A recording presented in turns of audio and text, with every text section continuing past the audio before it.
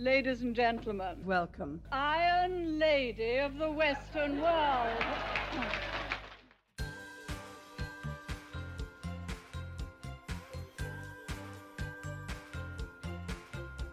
Olá, ferrenhos, bem-vindos a mais um episódio do podcast Damas de Ferro. Eu sou a Lohane Cardoso, estou aqui com a minha co-host, a Catarina Donato, e hoje nós estamos recebendo o Rodrigo Marinho. Tudo bem, Rodrigo? Tudo jóia, prazer pessoal, prazer estar por aqui, prazer falar com vocês. Rodrigo Saravia Marinho é advogado, professor, mestre em Direito Constitucional, membro do Conselho Editorial da revista Mises, foi presidente do Instituto Liberal do Nordeste, é membro do Conselho de Administração do Instituto Mises Brasil e da Rede Liberdade, e atualmente é CEO do Instituto Livre Mercado e autor do livro A História do Brasil pelas Suas Constituições. É pequenininho o currículo do homem. E hoje a gente chamou o Rodrigo aqui para bater um bate-papo sobre o STF, sobre o que está acontecendo no Brasil hoje e sobre a nossa chamada ditadura do judiciário. Rodrigo, se pudesse falar um pouco para nós como se dá a divisão de poderes no Brasil e como ela atualmente está sendo exercida hoje. Primeiro, um prazer e uma honra estar com o Damas de Ferro, é uma instituição que eu adoro. Acho fundamental o trabalho que vocês têm feito, principalmente trazendo mais mulheres aí para o movimento liberal e principalmente para a liderança do movimento liberal. Isso tem feito uma baita diferença, e todo o meu orgulho e meu apoio, né? Inclusive a Damas de Ferro hoje faz parte da Rede Liberdade, eu acho que só tendem a crescer. Fiquei de longe aqui acompanhando o evento que vocês fizeram, muito orgulhoso, né, de todo o trabalho feito, desenvolvido, e para mim tenho sempre como um entusiasta e fã aí do trabalho de vocês, em especial porque faz referência a uma mulher espetacular, que eu adoro, que é a Margaret Thatcher, e todas as grandes mulheres do Brasil, inclusive pouco conhecidas, como Maria Quitéria, Maria Leopoldina, Isabel, a própria Tereza Cristina, e grande Bárbara de Alencar, outras gigantescas mulheres que tiveram um papel fundamental no crescimento e desenvolvimento do Brasil. Divisão dos poderes é algo interessante no Brasil. O Brasil já teve 4 poderes, né? O Brasil já teve, durante o Império, o poder moderador, o poder executivo, o poder legislativo, o poder judiciário. Esses 4 poderes eram divididos da seguinte forma, e nós só tivemos isso durante o Império, tá? Nunca mais tivemos o poder moderador no Brasil, conforme a Constituição de 1824. O poder moderador pertencia ao imperador do Brasil, porque ele tinha um não poder, né? Ao imperador não era dado apresentar decretos-leis, medidas provisórias, propor leis ou propostas de emendas constitucionais. Só quem poderiam fazer isso eram os parlamentares, com relação ao tema, e nunca o chefe de Estado, nunca o poder moderador. O poder moderador era, por essência, um não poder, né? Ele podia vetar, podia parar, podia suspender, podia fechar o parlamento, muito parecido com os poderes que o rei Charles ou a rainha Elizabeth teve no passado, mas não poderia, de maneira alguma, ser autor ou condutor a mudanças legislativas de um país. Por sua vez, ele chefiava já o executivo como presidente, né? O governo era formado em nome dele, assim como era formado em nome da rainha, já é formado em nome do rei, que passava a ter um gabinete, que passou a ter primeiro-ministro ou presidente, né, dos ministros, como era chamado aqui no Brasil, que era o executivo, e hoje nós temos um chefe de Estado, né, o nosso presidente. Nós não temos esse primeiro poder que eu falei, então nós temos hoje um presidente que é chefe de Estado e chefe de governo. Então, o Lula atualmente é o nosso chefe de Estado e chefe de governo, ele representa o Brasil perante outras nações e, ao mesmo tempo, chefia o governo. Durante o Império, o nosso imperador era o chefe de Estado e o chefe de governo era o presidente dos ministérios. Por sua vez, nós vamos ter o Legislativo, que chamado na época do Império de Assembleia Nacional, e hoje é chamado no Brasil de Congresso Nacional, que é formado por 3 casas. A primeira casa, as 3 casas são Câmara dos Deputados, que são os representantes do povo, né? Ou seja, cada estado, na sua proporcionalidade, vai eleger os seus representantes, seus parlamentares da Câmara dos Deputados. No Ceará, que é o meu estado de origem, tem 22 deputados. No estado que eu moro hoje, na unidade federativa que eu moro hoje, que é o Distrito Federal, são 8 deputados federais, e cada estado da federação, no Senado, que é a outra casa do Legislativo, vai ter 3 senadores. Além disso, existe um momento em que as casas se reúnem, que é chamado de Congresso Nacional. Durante o Império era a Assembleia Nacional. Ela tem o poder de definir o orçamento e votar, né, votar o orçamento, a LDO, plano plurianual, e votar e derrubar vetos, né, de forma geral, né, e fazer projetos de lei orçamentários, PLNs e vetos, que é o que elas podem, que é o que as casas reunidas podem fazer, né, que ela derruba veto presidencial. Nos estados nós vamos ter legislativo e executivo e judiciário. Nos municípios nós vamos ter legislativo com a Assembleia Legislativa, executivo com o governador no estado e o judiciário nos poderes judiciários estaduais, representados em cada unidade da federação. Na União, nós vamos ter também poder judiciário, em que vai ter a representação máxima, né? São os 3 poderes, o judiciário, né? O presidente do executivo é o Lula, o presidente do judiciário é o presidente do STF, atualmente é o Luiz Roberto Barroso, e o presidente do Senado, que é o presidente do Congresso, é o Rodrigo Pacheco, que preside o Poder Legislativo. Então, explicando de maneira geral, nós deveríamos ter a obrigação desses poderes serem independentes. Tá? Aqui no Brasil inventaram uma marmota, para usar o nome, o jabuticaba, chamada poderes serem independentes e harmônicos, né? Uma invenção do Michel Temer. É muito perigoso quando esses poderes são harmônicos, né? Porque eles acabam fazendo acordos e definições espúrias que só prejudicam a população. Eu acho que por isso que é bom a gente ter poderes que, vamos falar, brigam entre si, né? Porque aí não tem essa amizade entre eles, que eles acabam passando qualquer coisa para aumentar o próprio poder, aumentar os próprios privilégios, às custas da população, né? Você vê uma forma de evitar que isso aconteça? Quanto mais eles brigarem, melhor para a gente, né? Mas Brasília é muito perto, né? É tudo muito. Eles eram para ser mais longe, né? Não era para ser tão perto como é. Você atravessou o eixo monumental ali, atravessou a Praça dos Três Poderes, você está em outro poder. Basicamente, entender que um poder tem um papel de equilibrar o outro poder, né? Que cada um deve brigar pelo poder que possui. Lembrando, política não é algo bonitinho e fofinho, né? Que as pessoas vão lá para melhorar a condição das vidas das pessoas. Política é poder. Ainda que eu queira ter não, ainda que no meu caso, por exemplo, meu objetivo é tirar o poder de políticos, certo? Isso se faz com poder. Tá? Você vai ter que ter poder para tirar poder. Não tem jeito. E essa é uma visão que eu acho que os liberais começaram a entender, principalmente pós-2019, a briga que nós temos pelo poder, até mesmo para diminuir o poder deles, certo? E como é a briga que a gente... poder, né? Oi? A gente sempre fala, alguns liberais falam, a gente não quer entrar na política, a gente não quer se envolver, mas querendo ou não, com o jogo da forma que ele está hoje, você precisa estar no poder para diminuir o Estado para fazer alguma coisa, né? Eu tenho já preguiça disso, tá, viu, Lorena? Eu já tenho muita preguiça dessa coisa dos liberais. Eu não quero estar na política. Amigo, então vá morar em outro planeta, porque até o capistão vai ter política, tá? Assim, vai morar numa ilha só, é a única solução que você vai ter. Até no Ancapistão, no máximo, vai ter política. Até no Ancapistão vai ter justiça. Tá? Vai ter que ter uma definição de quem vai analisar se o contrato está certo ou está errado. Vai ter uma definição de como é que você vai tratar com bens comuns. Ou seja, como é que eu vou definir se a rua vai ser de ouro, vai ser de prata, no Ancapistão, mas alguém vai ter que definir isso. E isso envolve política. Ainda que você não goste disso, ou não ache bonito o nome, mas o nome disso é política, certo? Sempre vai existir. Tá? E uma forma de representação é a tal da política partidária. Eu sou anarcocapitalista, tá? Acredito fortemente que o Estado não deveria existir.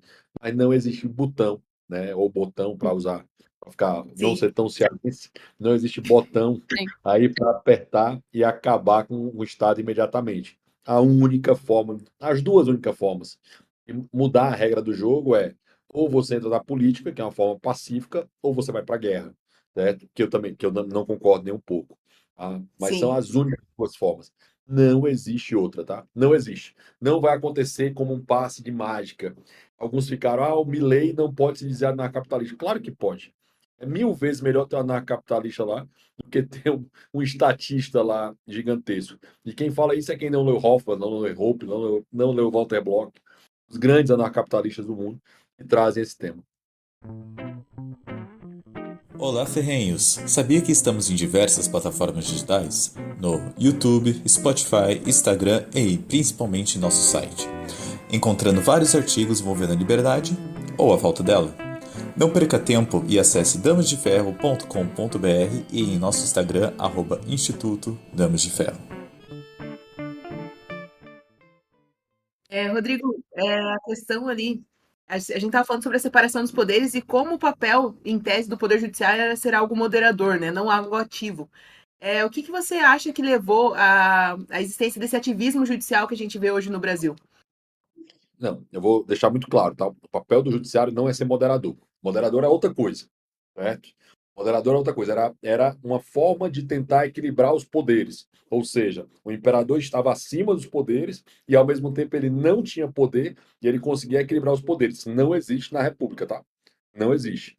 O judiciário tem o papel de ser moderado, que é um pouco diferente de você ter o papel de ser moderador do Estado. Ele tem o papel de ser moderado, o que ele não é, de ser discreto, o que ele não é, tá certo? Ele deveria ter esse papel. É, isso não acontece por algumas razões, né? Você tem uma televisão, você vira hoje uma figura pública, né? Tinha um papo, vocês são bem mais jovens que eu, mas tinha um papo há muitos anos atrás que se os brasileiros soubessem o nome dos 11 ministros, o Brasil se tornaria um país melhor, né? Era bem assim. O Brasil soubesse o nome dos 11 ministros, se não soubesse o nome dos 11 jogadores da seleção brasileira, seria melhor para o Brasil. Cara, uma pena que o Brasil não sabe o nome das 11 jogadoras da seleção brasileira e, infelizmente, sabe o nome dos 11 ministros. É Sim. péssimo para o país, né? Porque Sim. isso não era para ser algo importante, não era para ser algo relevante para os milhões de brasileiros que, infelizmente, o STF tornou isso relevante porque ele passou a se meter profundamente na vida dos brasileiros. Era um poder para ser discreto, moderado, né? Falar pouco, né? E, infelizmente é exatamente o contrário do que acontece. Isso acontece porque eles viram que havia capacidade muito grande de aumentar o seu próprio poder. Sim. Eu acho que um problema é que eles são muito amigos, vamos dizer assim, né? E aí, assim, quem teria poder de tirar o ministro do STF tem o rabo preso e aí acaba virando um ciclo de um ameaça o outro e não se chega a lugar nenhum, né? Eu acho que esse exemplo da Argentina é bem interessante porque, assim, não é só a questão de ter eleito um anarcocapitalista, um liberal, como ele se define, né? Mas, assim, é mostrar que é possível, sim, a gente ter um representante que entende essas ideias de liberdade. E porque, assim, eu acho que é muito fora da realidade, pelo menos a nossa agora brasileira, né? A gente elegeu alguém que não seja populista, que não prometa uma picanhazinha no final do mês. E a Argentina mostrou que é possível. E aí eu vejo muita gente, assim, meio pessimista, querendo falar assim, mas o Milei não vai fazer nada. Eu acho que é uma questão otimista só dele estar lá, de mostrar que é possível chegar, sim, ao poder. O que você acha em relação a essa questão dessa esperança que o Milei traz para a gente aqui, por exemplo? Como eu falei, Catarina, eu não tenho muita paciência hoje com esse papo de não vamos entrar na política, não vamos sujar. Eu não tenho paciência nenhuma para isso. Segundo ponto, eu não tenho uma outra paciência que diz assim: ele não terá o parlamento. Cara, ninguém vai ter nunca o parlamento de Sim, maneira absoluta, em nenhum momento, em nenhuma gestão, tá? Principalmente num primeiro mandato. Tá? Isso é óbvio. Tá? Isso é uma construção de uma ideia. E, em geral, quem teve um parlamento absoluto em determinado momento não fez algo bom, né? Assim, as pessoas, o poder tende a corromper e o poder absoluto corrompe absolutamente. Lord Acton tinha absoluta razão nessa frase. Então, dentro desse contexto, a função de um liberal, ou mesmo de alguém de direita no poder para quebrar a esquerda, é algo absolutamente necessário para acabar com os planos da esquerda, nem que seja para atrapalhar, nem que seja para, opa, vamos aqui dar empurrar a janela um pouquinho para lá, certo? Dentro dessa relação.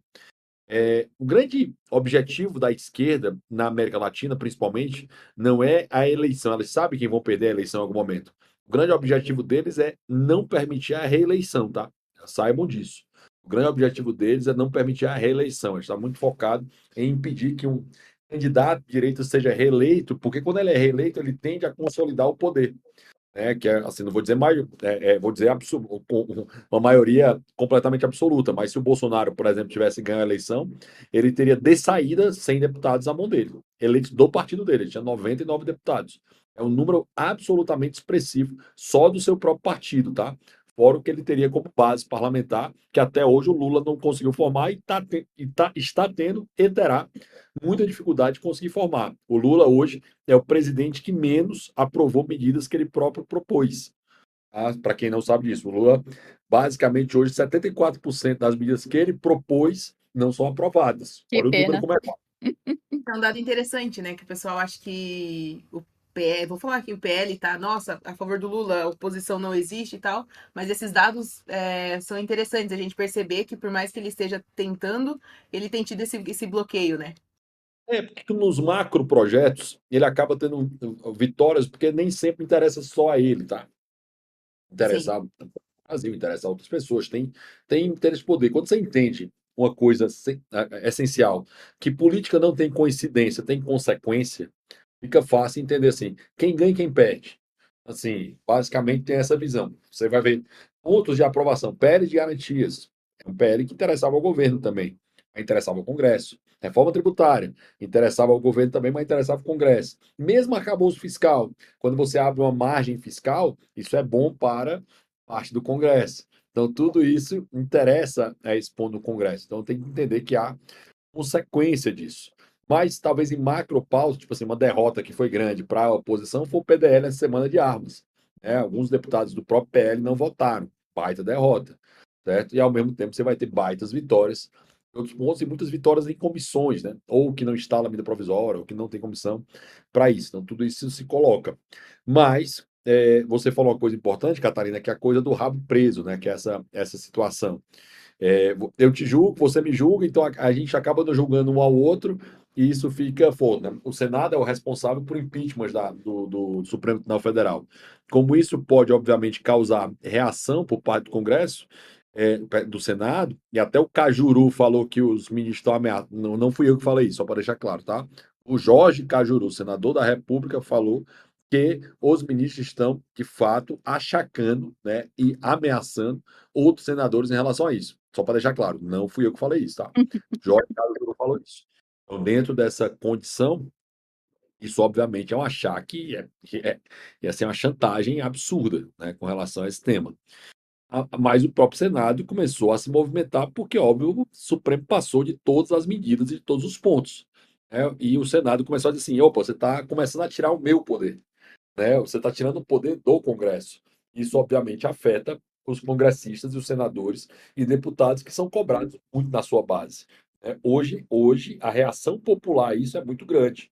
Né? Hoje, a população está indignada com o que está acontecendo, né? O que está se colocando, e isso, obviamente, gera pressão dos parlamentares. E deixo claro para vocês, tá? Eles sentem a pressão, viu? Sentem bastante. Então, quando a gente fala, ó, mandem mensagem, mandem WhatsApp, liguem no gabinete, tenho certeza que eles sentem essa pressão. Eles não estão acostumados com isso. Eu acho que assim, se eles conseguissem, né, que aí é outra questão se conseguem ou não, regular a internet é a coisa que mais querem, né, tanto os políticos quanto o STF, porque a esquerda sabe que ela está perdendo espaço por conta da informação descentralizada e distribuída, né? Porque se a gente for ver só pela televisão e mídia tradicional, eles não mostram essas coisas que a gente mostra, por exemplo, aqui, né? Eu acho que eles têm um desespero, principalmente no STF. A gente viu esses dias que eles passaram a punição dependendo do que a pessoa falar num programa de televisão, a mídia pode ser punida pelo que o convidado falou. É um completo absurdo, né? E acho que eles vão tentar jogar isso para a rede social também, né? Eu penso assim, você acha que o ego deles para tentar passar uma coisa delas até onde vai? Será que eles vão tentar mesmo ou vão... Porque isso vai gerar uma revolta absurda, né? Imagina, se espera-se. Conseguiram, né? Foi o projeto 2630/2020. A reação popular foi muito forte, eles não conseguiram. Eles vão tentar de novo em algum momento. Sim. Mas eles não têm base política nem força popular para conseguir fazer isso. Se eles vierem, a reação popular vai ser gigantesca. Tanto é que eles tentaram fatiar esse projeto Sim. em diversos outros projetos, mas isso não está tendo sucesso e eles não vão conseguir regular a rede social, pelo menos isso. E hoje tem, por exemplo, a gente também aqui que não tinha antes, né? Eu sou o diretor executivo do Instituto Livre Mercado, responsável pela Frente Parlamentar do Livre Mercado. Então, isso é uma novidade, né? Isso não tinha antes, nem no tamanho, nem na repercussão que hoje nós temos. Então, isso cresceu muito. Você tem uma base contrária a isso, com Frente Popular, com essa visão que são novidades em termos de legislativo, não tinham antes. Não é difícil para eles hoje essa reação. No passado era mais fácil, né? Porque era mais discreto, não tinha tanta pressão popular. A gente, por exemplo, que vim para cá, eu vim para cá como diretor legislativo do Novo a primeira vez, já estou em Brasília. Eu, como diretor legislativo do Novo, eu aprendi coisas que eu não conhecia, né? Porque eu vim para cá para montar a liderança do partido. Tá? Então, 2019, 2020, eu vim para cá aprender e hoje a gente sabe como navegar aqui. Algo que a gente não sabia até 2019. Isso faz muita Uhum. diferença.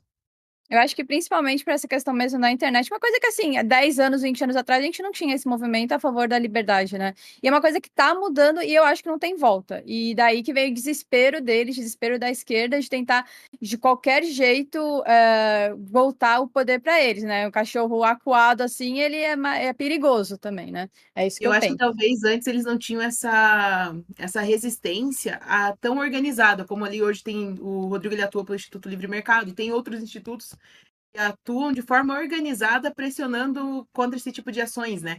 Então, acho que antigamente a gente não tinha esse tipo de organização mesmo dos institutos, das pessoas se interessarem do fato de vocês, o Rodrigo, o Hélio, pessoas assim que consigam, têm alcance na mídia, conseguir levar isso para as grandes massas, através tanto do podcast do Damos, ou tanto nas redes sociais também. Então, acho que é um conjunto de fatores, né? Não, sem dúvida. É assim, eu divido o movimento liberal, até para entender essa temática, movimento liberal, né, em 3 gerações. Até para entender o que a gente vive hoje. E que a gente está sentado em ombros de gigantes, tá? Então, assim, tem que entender isso, né? Muitas vezes aí, o pessoal acha, comecei agora no movimento liberal, não começou agora. É um negócio que surgiu, não surgiu agora. Isso começou no século XIX, com o Visconde de Mauá, com o Barão do Rio Branco, com o Visconde de Ouro Preto, com Paranhos, com Dom Pedro II, com Dom Pedro I, que eram grandes liberais, certo? Com Leopoldina, com Zé Bonifácio, com André Rebouças, toda essa turma que fazia parte até da Ordem das Camélias, chegou na abolição dos escravos, tá?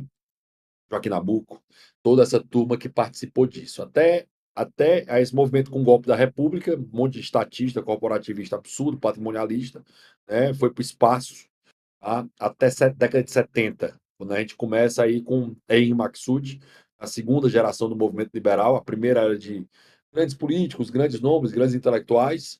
A segunda geração é a segunda geração de empresários, grandes empresários, né, bilionários, milionários, que acreditavam, objetivistas, isso muito no Rio de Janeiro e Rio Grande do Sul inicialmente.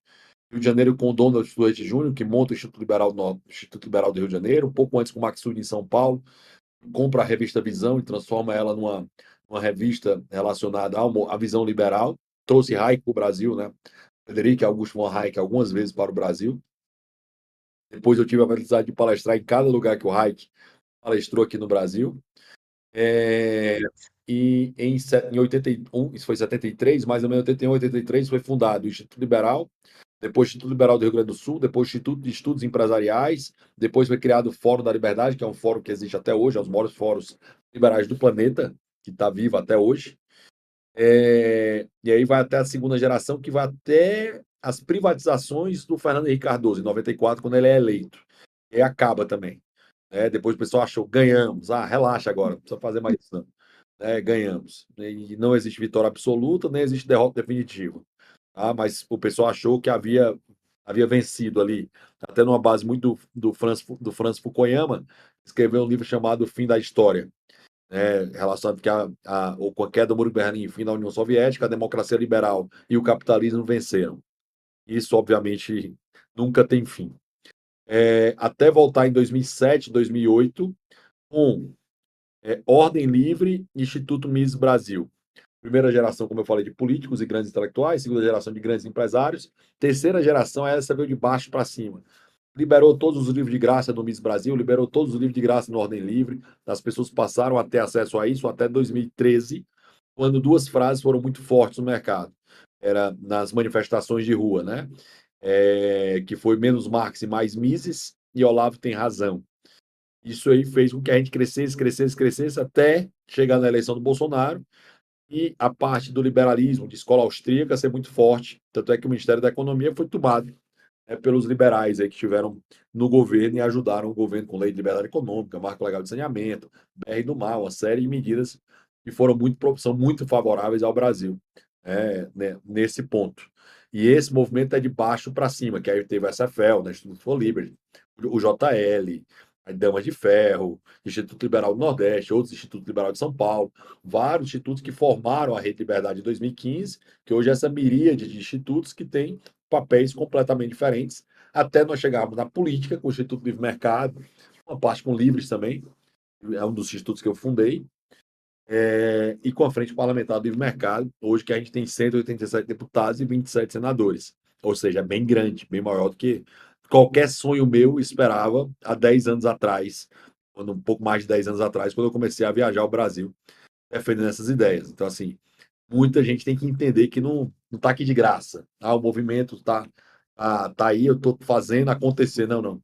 Muita gente veio de você, muita gente, né, tem que ser muito grato a um cara como o Biratã Iório, como Alex Catarino, como o professor Ricardo Vélez, como o professor Paulo Machado, como Salim Matar, são gigantes, gigantes que permitem que esse movimento liberal seja o que ele é hoje, permitiram que ele seja o que ele é hoje. Óbvio, até Hélio Beltrão, principalmente, até isso, óbvio que esse movimento ganhou uma força e um corpo próprio, porque era da lógica do movimento liberal, muito da visão que o Hélio trouxe, que é um dos grandes fundadores dessa geração do movimento liberal, era uma organização estrela do mar, né? Não tinha que pedir autorização para ninguém para crescer ou para criar. É onde uma estrela do mar, quando você corta uma perna, cria outra estrela. Essa é a visão do movimento liberal hoje, e é por isso que ele é tão forte e ele é tão dinâmico. Eu percebo que depois do 8 de janeiro, várias pessoas que estavam tentando se tornando ativas, tanto nessa questão de combate mesmo à esquerda, ao STF, eu vejo isso aqui em algumas cidades aqui do oeste de Santa Catarina, que nós tivemos algumas pessoas aqui que foram presas lá em Brasília e passaram por situações assim bem difíceis. Eu percebi que algumas dessas pessoas, em algumas cidades aqui, o pessoal ficou mais receoso em ir para o embate. Qual que você acha que é o papel do movimento liberal hoje? Esse movimento que está mais consolidado mediante essa ditadura do STF, mediante essa coação velada que a população ela acaba sofrendo com medo de uma decisão de cima para baixo. É claro que todos os abusos do devido processo legal, que não começaram agora, começaram em 2019, com muita força, já vinham pontualmente, mas em 2019 é o ano da virada dos abusos, né, depois esse senhor aí ter se tornado ministro e achar ele foi testando, né?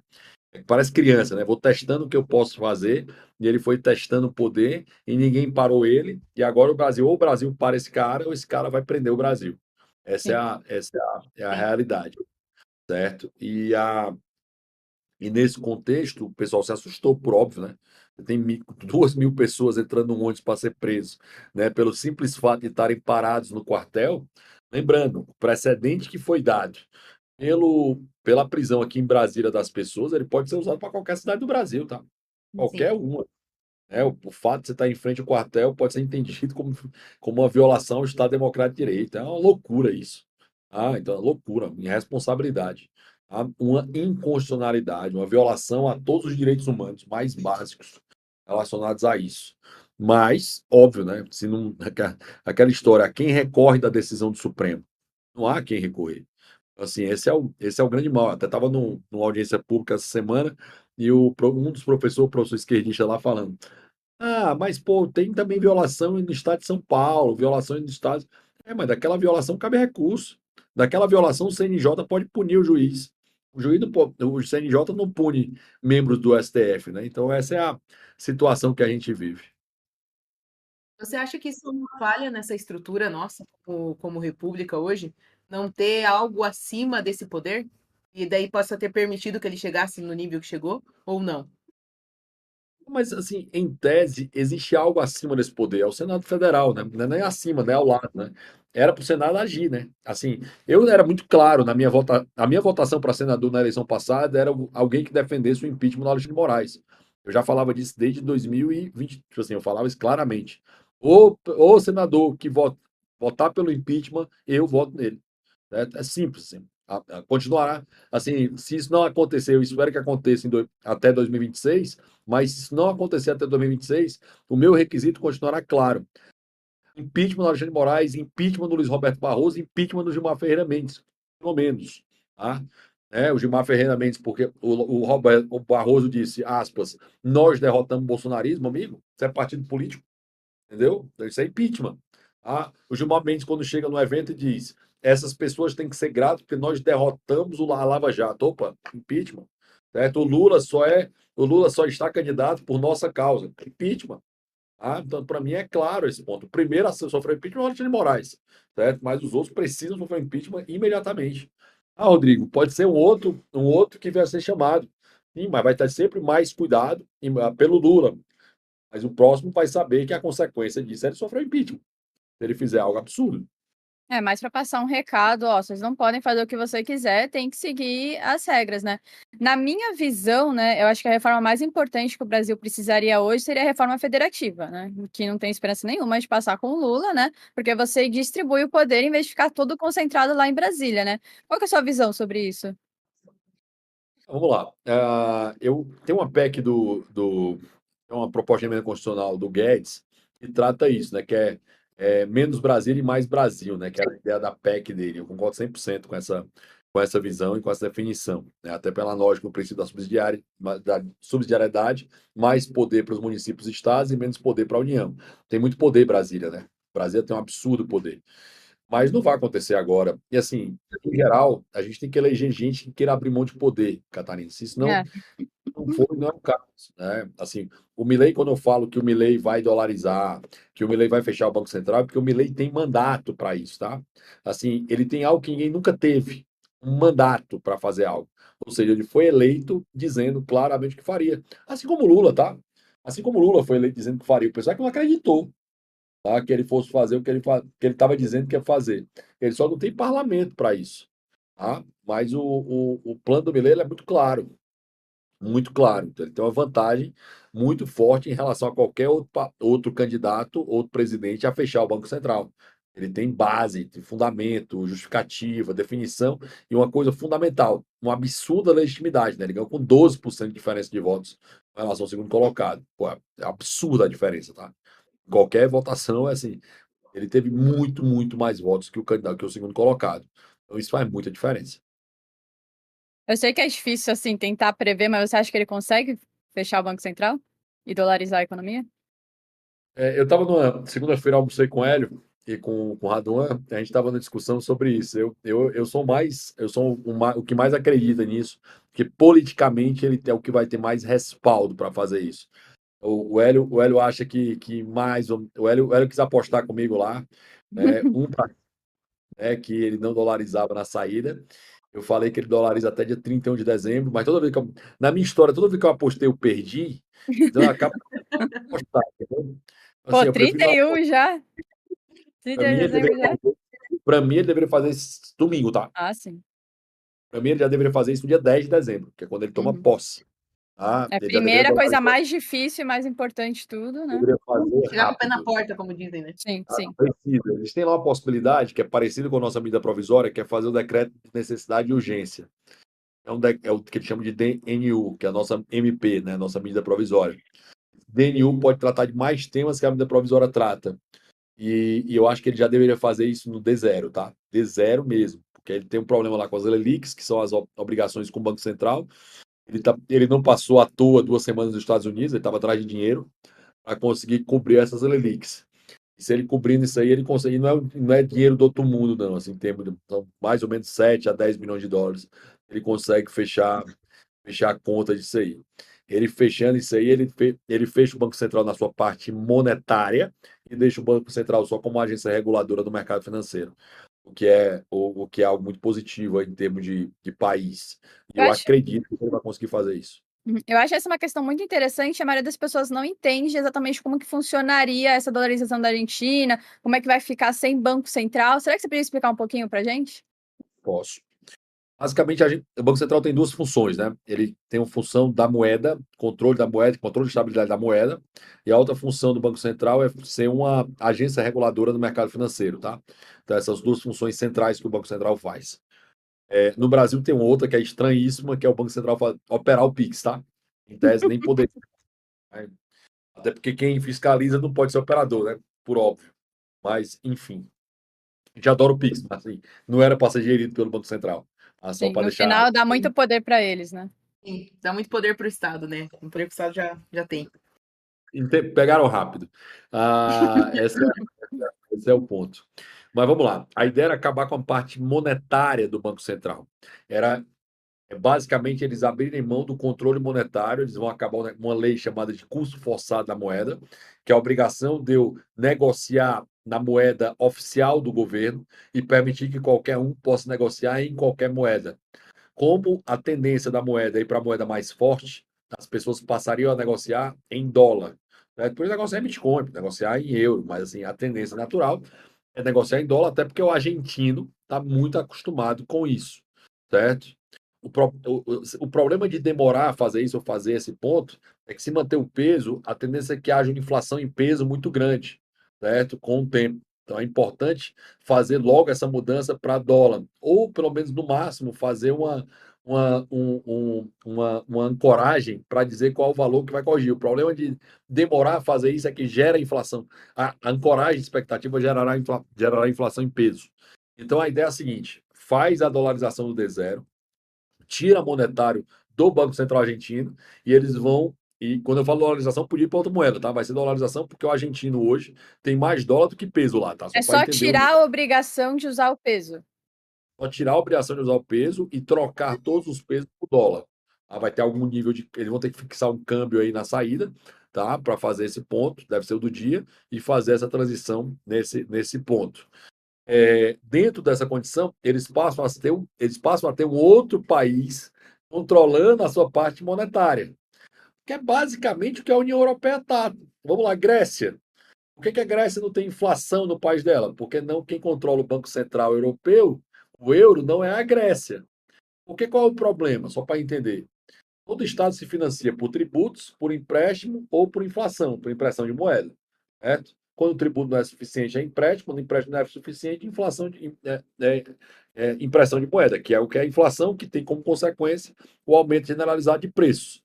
Basicamente, a Grécia não tem esse controle aqui, porque o Banco Central que regula a operação da Grécia é o Banco Central Europeu. Então, elas têm um problema tributário, eles têm um déficit fiscal, mas eles não resolvem esse déficit fiscal por inflação, por impressão de dinheiro, que é uma forma muito canalha, inclusive, prejudica muito mais os mais pobres, certo? Por sua vez, a Argentina ainda hoje tem, o Brasil ainda hoje tem essa possibilidade, né? A Argentina com menos travas que o Brasil, tá? Só para deixar claro também isso. O Banco Central consegue emitir lá sem pedir autorização. O Brasil tem que pedir autorização para o Congresso sob pena de pedalada, sob pena de responsabilidade Isso é fiscal. recente também aqui, né? Oi? Essa parte é recente também aqui, né? Pós-plano real, né? Pós-lei de responsabilidade fiscal, né? Principalmente a LRF. Depois de 99 ali a gente resolveu. Nós resolvemos primeiro o monetário, tá? Depois nós resolvemos o fiscal. Quer dizer, mas a gente resolve o monetário ancorando o fiscal, dizendo, vamos vender estatais, vamos fazer responsabilidade, não pode gastar mais que arrecada. Então a gente faz o monetário e ancora o fiscal, tá? Que é o que alguns estão falando. Tem que resolver os dois juntos. Só que o monetário dá para resolver imediatamente e o fiscal dá para resolver com ancoragem, para dizer, eu vou gastar menos que o arrecado, eu vou vender as estatais que eu tenho, eu vou diminuir, cortar gasto do Estado. Por quê? Porque aí a tributação será suficiente para resolver o problema do custo do Estado. Então, com o valor que eu arrecado com tributo, será suficiente para isso. Né? Então, assim, o imposto que eu roubo das pessoas será suficiente para fazer isso. Então, essa é a forma que ele vai fazer. Isso aí vai tornar a Argentina imediatamente mais rica, certo? Tipo assim, a gente vai ficar rica de zero, tá? Só para deixar claro, isso vai acontecer. Por quê?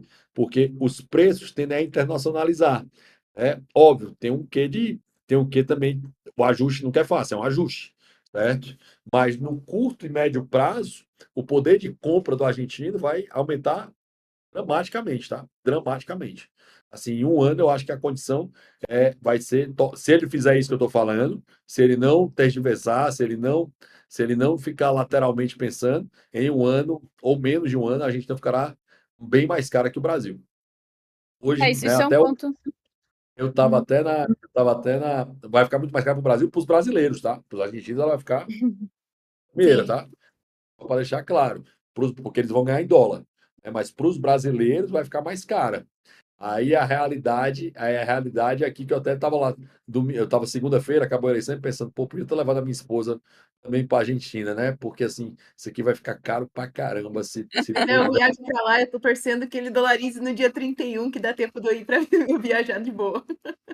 É isso. É isso, entendeu? É basicamente isso, assim, é ir rápido, assim, obviamente que assim, obviamente se tiver certeza, aí pode comprar ponte Argentina aí, pode comprar títulos, porque assim, um dos medos era a Argentina não ter crédito para se financiar. Só que o que é que aconteceu pós-eleição do Milei? O risco argentino despencou, tá? Despencou e segue baixando. Então, isso aí é uma sinalização que pode dar certo, mas ele não pode ser o Macri, tá? Esse é o ponto. Ele não pode ser o Macri. É o risco, né? O risco do Milei hoje é ser o Macri. O risco do Milei é ser o Macri. Ele não pode ser o Macri. Eu ia perguntar justamente sobre isso, como que eles fazem essa dolarização, sendo que eles não têm capital hoje para isso, né? Eles têm, assim, basicamente, é isso que eu falei, que o problema é essas LELIQs, né? Que é esse título de curto título de compensação do Banco Central. Aí ele vai precisar buscar dinheiro fora. Por Isso que isso ele é foi que fazer, né? Ele já estava nos Estados Unidos. o presidente eleito passou 2 semanas na Argentina, nos Estados Unidos, fazendo o quê, né? Assim, era atrás de dinheiro, que era o que eu faria se você. Tá? Sim. Era ir caçar dinheiro. Eu estaria o Hélio Beltrão como meu ministro da Economia e estaria ali rodando atrás de dinheiro, feito um doido aí para conseguir dinheiro para o Brasil. Era o que eu estaria fazendo se fosse o Milei. E para os Estados Unidos, para o dólar, faz alguma diferença na sua visão? É bom, é ruim, tanto faz? Os Estados Unidos têm uma coisa linda para eles, tá? Os Estados Unidos exportam inflação, né? Isso porra, eles imprimem um papel e esse papel vale muito em qualquer lugar do planeta, cara. É lindo para eles, tá? Agora, assim, eles precisam ser responsáveis mais do que a média para que as pessoas respeitem esse dinheiro. Então, agora, saiu agora um dado e a gente tá, os Estados Unidos está com os juros mais altos depois de muito tempo na sua história. E uma das razões era de arrefecer um pouco, né, a economia para baixar os juros. E agora arrefecer um pouco e diminuir a empregabilidade americana, né, diminuir o número de empregos criados. Porque não parava. Então, os Estados Unidos estão com pleno emprego, né? Por mais que eles estejam lá gastando como loucos também. Então, o ponto é assim, eles não podem gastar como loucos, ao mesmo tempo que eles têm que ser mais responsáveis, porque, enfim, essa é a moeda corrente do mundo. Hoje você já tem alguns países que estão nessa, tá? O Equador já fez isso que a gente não vai fazer, El Salvador fez isso que a gente não vai fazer. Então, assim, pelo menos 2 países da América Latina já seguem essa ideia. São pequenos, né? Em relação à Argentina, são países muito pequenos, mas seguem a ideia. Mostra que é possível fazer, né? Possível tá? Assim, querendo ou não, pessoal, o Brasil fez um quê disso, tá? Nós fizemos isso. Nós criamos lá Cruzeiro Real, que era uma unidade real de valor, que era $1, ficou 2.750 Cruzeiro Reais, que virou R$1. Tá? Assim, vocês só viram uma moeda na vida. Aí esse país teve de 85 a 94, 8 planos econômicos e 5 moedas. Então, assim, é, É muita é, coisa. é sério. Para vocês só houve o real, só houve outra moeda. Nasceu depois de 94, nunca vi outra moeda acontecendo. Sim. Voltando ali, falando em ministro, o que que você acha dessa indicação do Lula, do Dino, para o STF? Eu acho uma desgraça. Para mim, é uma das piores desgraças que poderiam estar lá. Aí a parte do estelionato eleitoral do Lula, né? Disse que nunca indicaria um amigo, indicou 2, né? Tá indicando o segundo Sim. agora. Tá? Mas o Dino é o que há de pior, né? O Dino é o que há de pior. Para mim, o Dino é pior do que o Zanin, tá? Assim, para você entender o quanto eu acho o Dino ruim. O Dino é um cara absolutamente debochado, mal educado, alinhado, comunista mesmo, declarado, com orgulho. É mais ou menos a coisa do Hamas, né? Eu sou assassino, mas sou assassino com orgulho, tá? Assim, não é assim. O pessoal diz assim, Israel matou civis. Não, mas Israel não quer matar nenhum civil, não. Israel quer pegar o Sim. cara do Hamas. O pessoal do Hamas quer matar, quer estuprar a menina para mostrar estuprei a judia, né? Estuprei a moça lá, né? Assassinei fulano, cortei a cabeça de um bebê que era judeu. Eles querem mostrar isso. Quando o judeu mata um civil, ele erra. Quando um Hamas mata um judeu, acerta. O civil Sim. judeu era certo. Então, assim, não tem como comparar, né, as duas coisas. É mais ou menos o Dino. O Dino é o cara que está lá para fazer aquilo que o Lula quer que ele faça. Não, eu disse assim que é um absurdo a gente ver como o STF se tornou algo político, vendo os ministros agradecendo e comemorando a indicação do Dino, né? Agradecendo e Exatamente. comemorando a indicação do comunista Exatamente. declarado. Absurdo.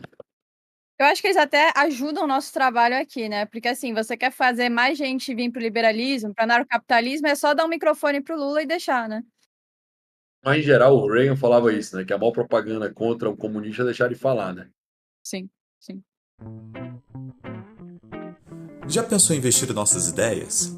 Estamos com camisetas e canecas exclusivas com a qualidade garantida da Viés. Aproveite e compre na viesbr.com. Como você falou, que é preciso deixar os comunistas falarem. E às vezes é até preciso e necessário ver algumas medidas deles se concretizarem, porque a população, no geral, o afegão médio, ele percebe que aquilo a longo prazo faz mal para ele, né? Como eu vejo que aconteceu ali na Argentina, as pessoas elas perceberam que essas medidas elas eram ruins, mesmo que a curto prazo elas sejam saborosas. Eu acho assim, no ponto, o Reagan falava isso para deixar que era a maior propaganda contra eles, era deixar um comunista falar, né? Ele dizia também assim, quem era comunista é aquele quem era o não comunista, aquele que não leu Marx. Quem era comunista, aquele que leu, né? Reagan era um genial frasista, né? Então tem várias passagens dele muito interessantes. Mas políticas públicas, né? Política não deve ser medida pelas suas intenções, né? Mas pelos seus resultados. E é muitas Exato. vezes o que acontece mesmo, né? Então, assim, quando você coloca os países para dizer, não tem socialismo, não quero socialismo, você vai no programa de governo dos caras, no programa do partido político tem lá, né? O objetivo de alcançar o socialismo, o objetivo de chegar lá. Então, assim, vem com esse papo, não, cara. Não tá conseguindo hoje porque tu não tem força política para isso. Se tivesse, tu implementava. Então, não vem com esse teu papo. Sim, eu acho que é o que se vê e o que não se vê, né, do Bashar. Porque, assim, os políticos, eles não falam abertamente quais são os seus planos. Por exemplo, você pega aquela Agenda 30 lá, é tudo lindo, maravilhoso, né? Mas, assim, como que você vai alcançar isso, né? Aí você pensa, pô, tá preocupante. E é aquela coisa que não é tão óbvia. Então, pra pessoa que, às vezes, não busca tanto conhecimento, que lê, que estuda política, pensar, não, parece bom. Parece que vai ser bom para mim, então eu apoio. Diminuir a desigualdade, por exemplo, que é a palavra da vez, né? Ninguém mais fala em diminuir a pobreza, até porque o capitalismo vem diminuindo a pobreza já, né? Mas aí agora a nova briga é diminuir a desigualdade. E desigualdade nunca vai acabar, né? O que a gente tem que mirar é para diminuir a pobreza, mas são discursos bonitos, né? Que é a coisa mais natural do ser humano, mais desigual do ser humano, que é onde você nasce. Sim. Tá? Isso nunca vai ser, nunca, não tem como ser resolvido o local que você nasce, certo? Assim, não tem como escolher. O Rodrigo que está na barriga da mãe vai nascer agora no lugar, vou nascer em Luxemburgo, né? No lugar certo ali, Sim, certinho para isso. Não, não vai acontecer, tá? Isso não tem como ser resolvido. O que pode e deve ser combatido sempre é a pobreza. sim, Só que, exatamente. obviamente, medidas de desigualdade geram políticas públicas que deixam as pessoas reféns do Estado. É exatamente por isso que eles querem trabalhar com a desigualdade. A pobreza deixa as pessoas não refém do Estado, acaba a pobreza. Por quê? Como é que se acaba com a pobreza? Permitindo que o pobre empreenda, facilitando, acabando com as amarras, acabando com o fiscal, diminuindo o tamanho do Estado. Tudo isso é o que vai tornar o pobre mais rico, que é exatamente o que a esquerda não quer, porque ela quer essa turma dependente dela. Né? E a direita, de forma geral, quer exatamente a independência, que essas pessoas tenham liberdade de agir, liberdade de empreender, liberdade de definir o que elas podem fazer. Sim, eles falam em redistribuir riqueza, mas se você vai ver o impostômetro, a gente está já em quase 3 trilhões de reais que foi roubado da população, né? Então, assim, Eles falam redistribuir riqueza, mas não falam para quem e de quem, né? Eles vão tirar da gente para redistribuir para eles, né? sim, porque dinheiro já tem, né, teoricamente. Pô, 3 trilhões e não conseguiu ainda resolver. Mas vamos acabar com aquele bilionário e vai resolver. Pô, vocês têm 3 trilhões e não resolveram, mais uns bilhões vai fazer diferença? Não vai. É isso. Cara, assim, na cabeça deles, o problema é que assim, tem que entender a lógica deles, né? Na visão deles, o dinheiro já está dado, né? A riqueza já está dada. O erro é porque ela não foi bem distribuída, não foi definida. Eles não conseguem entender que o que gera riqueza é produtividade, é produção. Aí é legal quando você chega assim, cara, vê aí um Walking Dead da vida para tu ver o que acontece com a riqueza do mundo quando para a produção. Vê o que aconteceu na pandemia, né? Ou Sim. seja, há uma queda de riqueza porque é uma queda de produtividade. Tem jeito. Para gerar riqueza, produzir. A pobreza é o estado natural do homem, não a riqueza. Certo? É esse o ponto, né? Uma vez eu fiz minha dissertação de mestrado, a primeira frase que eu coloquei foi essa. Eu tive que explicar isso. Não, caramba, é sério que a gente está discutindo isso? Né? Porque para mim é uma idiotice discutir o óbvio.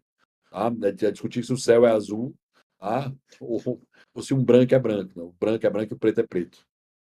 É uma coisa assim absurda e tão óbvia pra gente, só que eu acho muito válido a gente continuar batendo nessas teclas mais básicas, porque na televisão tá todo dia lá, a desigualdade no Brasil aumentou, tá, mas e a pobreza? A desigualdade não me interessa muito assim, né? Sabe qual é o período que mais diminuiu a desigualdade no Brasil? Não, agora do Bolsonaro. 2022. Quem era o presidente? Mas isso eles não. Não, e esse dado saiu acho que em fevereiro ou março, alguma coisa assim, e já jogaram na conta do Lula, né? Tentaram fazer essa narrativa. É muito bom, eu rio muito disso. Tá? Mas enfim, como você disse, é a narrativa, né? É esse o ponto sempre que eles buscam trazer sempre uma visão de como é que aquilo pode ser apresentado da maneira mais favorável a eles próprios. Então, entender isso importa, né? Lembrando, política não tem coincidência, tem consequência. Não, com certeza. Eu acho que até essa parte da narrativa, essa parte das pessoas se interarem, e como a Kate falou do básico que precisa ser dito, eu acho que isso vai de encontro para a gente conseguir mudanças impactem de verdade, tanto na questão política do Brasil, quanto na questão econômica, e também hoje com essa questão do STF, né? Então, acho que a gente vai conseguir resolver muitas coisas quando as pessoas elas tomarem consciência do que de fato está acontecendo. É isso mesmo. Completamente de acordo. Eu acho que um problema dessa questão da narrativa, eu vejo muita gente falando assim: ah, mas o Bolsonaro não foi eleito, qualquer um no lugar dele teria sido eleito, porque ele fez isso, fez aquilo e tal. Eu atribuo muito mais as narrativas da mídia mesmo, e eles já pegaram assim quem eles acham que vai ser o candidato da direita, né, em 2026, e já estão assim, chamando de fascista. O Haddad esses dias falou um negócio que Minas Gerais foi o estado que mais se endividou, ou aumentou o endividamento de Minas Gerais, que é uma mentira absurda, né? E aí até perguntar como que a gente, se existe algum jeito, alguma forma da gente combater essas narrativas, porque eu acho que esse trabalho que a gente faz aqui, né, de informação, de mudar a cultura é muito importante, só que assim, o cidadão médio não se informa, né? Ele vê uma Globo, uma rádio, assim, no máximo, e lá eles estão assim, toda hora, ai, porque o Brasil tá ótimo, Lula maravilhoso, como que a gente combate isso? Cara, a gente não tinha isso aqui, a gente não tinha gente como Hélio Beltrão na mídia, a gente não escrevia tantos jornais, a gente tinha como o Mano Ferreira que está lá, Diogo Costa, Magno Cal, uma série de pessoas, Mariana Brito, Renata Barreto. Cara, hoje a gente consegue acessar coisas que a gente não conseguia acessar no passado, né? A gente tem canhões hoje que nós não tínhamos no passado. Então, assim, às vezes a gente quer tudo para ontem e agora, e a gente não vai conseguir, Catarina. Assim, a gente tem, ó, esse novo movimento liberal, ele tem 16 anos. Então, assim, leva tempo. Aquela história, vamos pensar em termos históricos, né? 16 anos seriam, vai lá, 16 semanas, vai. Se eu vou colocar 16 anos, seria um termo nosso, para nossa na física, que vai 1 ano, 2 anos de trabalho. Assim, ninguém consegue ficar forte ou inteligente ou magro com 1 semana de trabalho. Leva tempo, tá? Leva tempo. Qualquer coisa leva tempo. Então, assim, em 16 anos, nós já conquistamos tudo isso. Tá? Nós já temos hoje uma base parlamentar muito forte. Nós temos um acesso à mídia como nós nunca tivemos. Nós temos uma repercussão em vários canais sociais como nós nunca colocamos. Nós, direita, de forma geral, dominamos a internet. Então, tudo isso que acontece leva tempo, né? Leva tempo para isso. Então, eu acho que com tudo que tinha muito contra, muito a desfavor da gente, nós avançamos absurdamente. Eu digo para você, em 2010, ali, quando eu comecei a fazer o que eu faço até hoje, certo? Eu nunca imaginei que eu fosse trabalhar com o que eu trabalho hoje. Eu ganho dinheiro com isso hoje. Eu nunca imaginei que esse fosse ser o meu trabalho. E ganho bem no que eu faço hoje. Então, eu nunca imaginei que esse fosse ser o meu trabalho em 2023. Então, hoje vou explicar a explicação rápida do que eu sou um lobista do livre mercado. Olha que lindo. Tá? Esse é o meu papel hoje. Nunca imaginei que eu fosse fazer isso na vida. Olha que delícia trabalhar com um negócio desse. Tá? Então, esse é meu papel hoje no que eu faço. E repito, ganho dinheiro com isso. Não Acho posso que isso é reclamar. importante para a gente formar mais pessoas e ter mais gente assim na linha de frente, correndo atrás, lutando pela liberdade. Acho que é um. Mas nós formamos, esse é o ponto, cara. A gente tem pós-graduação do Sim. Instituto, tem curso, tem definição. Então, nós formamos esse tipo de Damas de Ferro está aí formando. Nós formamos, mas isso leva tempo. Sim. Certo? Ele leva tempo. Até um dia desse eu não sabia que era Catarina, que era Lohane. Olha o trabalho que vocês estão fazendo. Então, assim, e ninguém disse para vocês, vamos fazer isso agora, vamos definir ou vamos obrigar alguém a fazer isso. Não, a gente acredita na ordem espontânea, a gente Sim. acredita na liberdade das pessoas, mas não tem um poder central dizendo, agora nós vamos caminhar para isso. Há uma ordem espontânea acontecendo, mas, como tudo na vida, não tem bala de prata, não vai ter a solução mágica. Agora, ó, não vai ter assim, agora nós vamos fazer isso aqui e vai dar certo. Não vai acontecer. Rodrigo, você achava o Bolsonaro a melhor opção? Não, não achava. Mil vezes o Zema, mil vezes o Tarcísio, são nomes que eu acho muito melhores, melhores que o Bolsonaro. Mas entre o Bolsonaro e o Lula, bilhão de vezes o Bolsonaro. Certo? Com o Bolsonaro eu tinha lá o Paulo Guedes, no Ministério da Economia. Com o Lula eu tenho o Fernando Haddad, Fernando Taxad aí na economia. Sim. Olha a diferença de uma coisa para outra. Eu estou discutindo Champions League com a quinta divisão do Campeonato Brasileiro, que nem existe, né? Basicamente, é um fora de série aí. É basicamente essa a discussão. Então, né, dentro desse contexto, pessoal, não há nem o que se pensar na discussão disso. Mas, como eu disse, isso leva tempo. Quem fez a Lei de Liberdade Econômica era o nosso ex-diretor de operações do Instituto Miss Brasil, Gianluca Lorenzon. Então, assim, quem estava lá trabalhando no Congresso para aprovar isso fui eu, foi o Paulo Ebel, foi o pessoal, o Adriano Paranaíba, que estava trabalhando para aprovar isso. Assim, e não para de crescer. Essa é uma graça fundamental. A gente não diminuiu pós-pandemia, a gente não diminuiu o 8 de janeiro, a gente se assustou ali um pouquinho e todo mundo voltou. Do que ia acontecer e colocar. Eu nunca parei, né? Eu confesso que eu só falei, eu passei a falar mais, na realidade, sobre isso.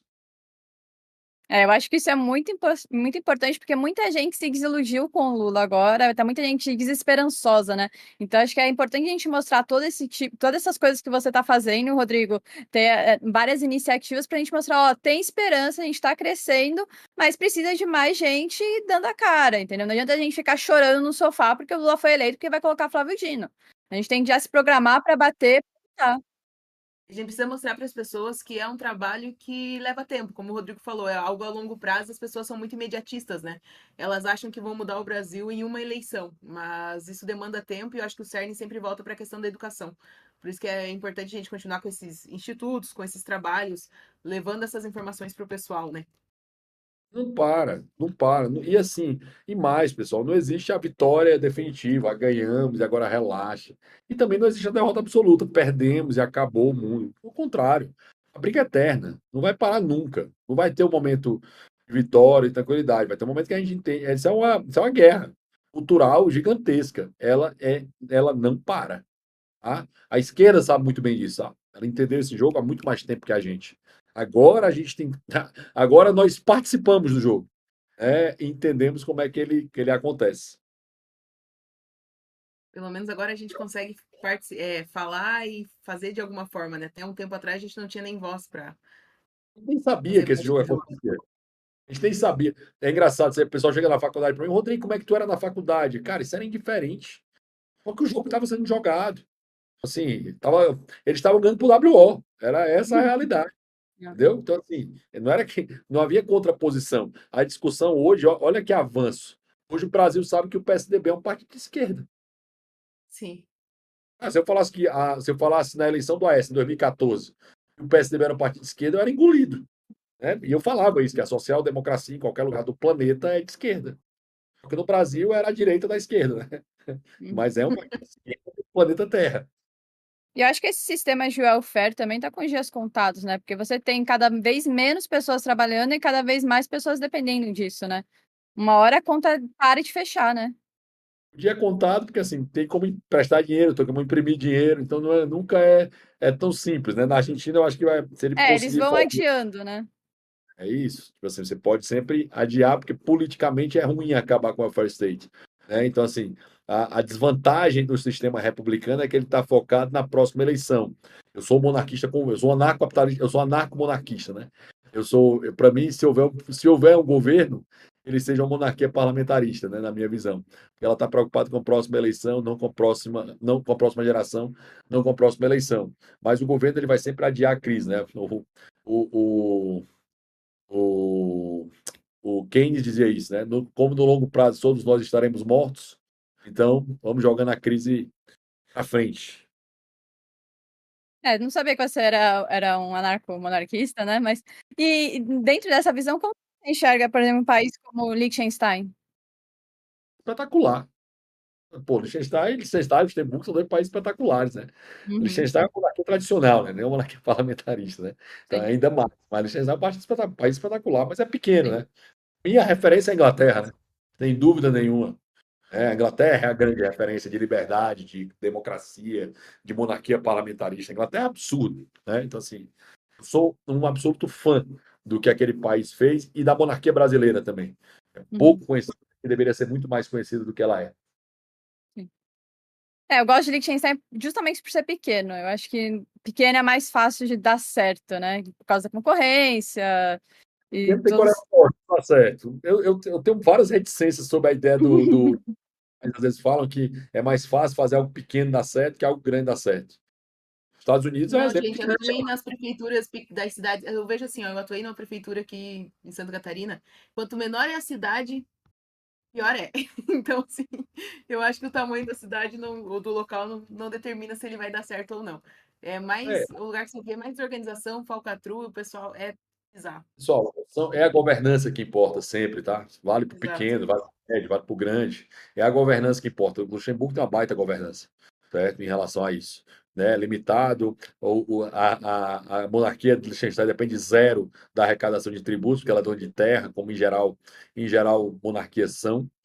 Então ela tem a sua própria rede própria, a própria relacionada à monarquia britânica, hoje ela é superavitária, né? Só para entender isso, né? A monarquia britânica hoje, ela só o que ela vive de royalties já resolve todo o custo da monarquia, ainda sobra dinheiro para dar ainda devolve dinheiro para a União para pagar o custo da União. Olha aí, ó. Só o que ela gera de turismo, de venda. Cara, você diz, vai gastar um bilhão de reais para fazer o casamento da Kate do William, do Harry com aquela outra moça lá. Né? Vai gastar um bilhão de dólares, 1 bilhão de euros, de libras no caso. Cara, o que vai gerar de faturamento isso é um número tão absurdo. Assim, é 50 bilhões. O retorno é absurdo em relação a isso. É barato. Monarquias costumam ser baratas. Essa é outra realidade. Mas o que eu digo assim, pequeno também, é que assim, a gente hoje não tem aqui no Brasil, porque você tem Brasília detendo muito poder, e aí os estados não têm independência para fazer nada, né? Agora, se você tem estados com mais independência e um município faz uma lei errada, começa a ficar as contas no vermelho, é muito fácil você voltar com o pé. Você, meia hora você tem outra cidade. Um livro que eu adoro do Hans Hermann Hoppe, que é O que Deve Ser Feito, né? O prefácio, inclusive, é Uhum. meu desse livro. É exatamente a ideia de hiperfederalismo, né? Ou seja, de ser muito mais fácil, a regra está no município, no máximo está nos estados, de fato, para que as pessoas migrem com muito mais facilidade. É muito menos oneroso eu voltar com os pés, sair de Santa Catarina para o Paraná do que eu sair de Santa Catarina para Miami. Sim. Então, assim, em tese é bem Santa Catarina para Flórida. Então, é muito mais barato e mais efetivo e menos custo de transação eu migrar de um estado para o outro do que ir para outro lugar. De alguma maneira, eu migrei com os pés do Ceará para Brasília, né? Ou seja, mais seguro, mais tranquilo, uma qualidade de vida melhor do que a no Ceará, certo? Não é que eu não gosto, deixando claro também, eu amo meu estado, mas houve uma migração de com os pés, pelo menos no curto prazo, para eu estar por aqui.